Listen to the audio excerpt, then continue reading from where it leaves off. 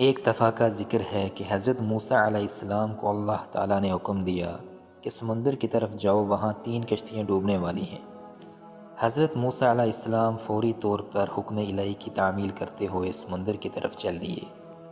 ساحل پرسکون تھا۔ بہت دور سے ایک کشتی آتی ہوئی دکھائی دی جو آہستہ آہستہ ساحل کی طرف بڑھ رہی تھی۔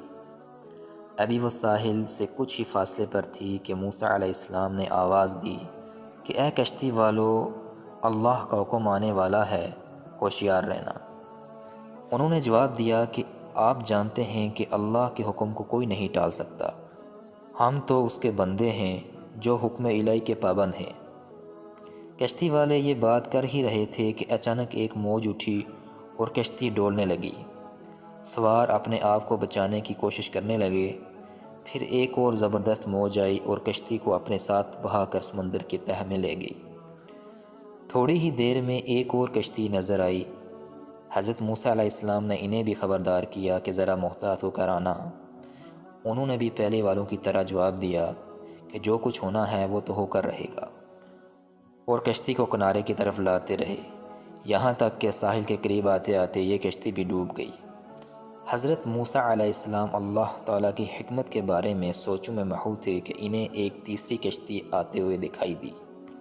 آپ نے حسب سابق اس کشتی والوں کو بھی نصیحت کی کہ دیکھو، اللہ تعالیٰ کا حکم آنے والا ہے، اپنے گناہوں کی معافی مانگتے ہوئے ذرا محتاط ہو کر آؤ۔ انہوں نے جواب میں کہا، اے اللہ کے نبی، جس طرح آپ سچے ہیں اسی طرح اللہ کا حکم بھی اٹل ہے، اسے کوئی نہیں بدل سکتا۔ لیکن اللہ کی رحمت بھی تو ہے، ہم اس کی رحمت سے کیوں مایوس ہوں؟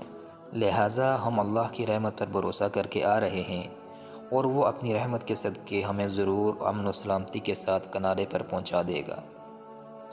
کشتی والوں کا یہ جواب سن کر حضرت موسیٰ علیہ السلام خاموش ہو گئے۔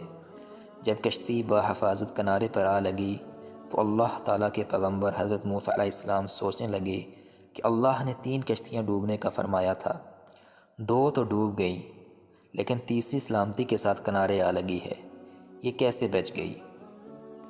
ارشاد باری تعالیٰ ہوا کہ اے موسیٰ، آپ نے سنا نہیں کہ تیسری کشتی والوں نے کیا کہا؟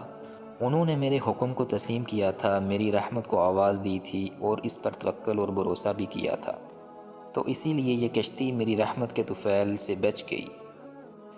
کیونکہ جو بھی میری رحمت کے دروازے پہ آ کر صدا دیتا ہے، میں اسے نا امید نہیں کرتا۔ حدیث پاک میں ہے کہ جب اللہ تعالیٰ نے مخلوق کو پیدا فرمایا تو عرش پر لکھ دیا کہ میری رحمت میرے غضب پر غالب ہے۔ اس لیے انسان کو اللہ تعالیٰ کی رحمت سے کبھی مایوس نہیں ہونا چاہیے۔